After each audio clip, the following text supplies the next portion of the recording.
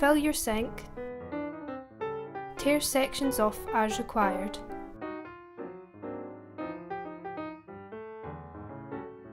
Pop them in to soak. Warm water with a little agitation will speed up the hydration process. You will see the cells swell in 10 to 15 minutes. Do you have other things to do? Just leave them in the sink and pick out when required. Even overnight is fine.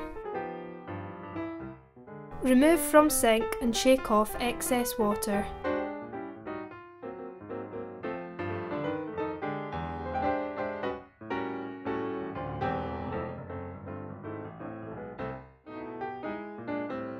Transfer to freezer and stack fabric to foil to prevent sheets sticking together.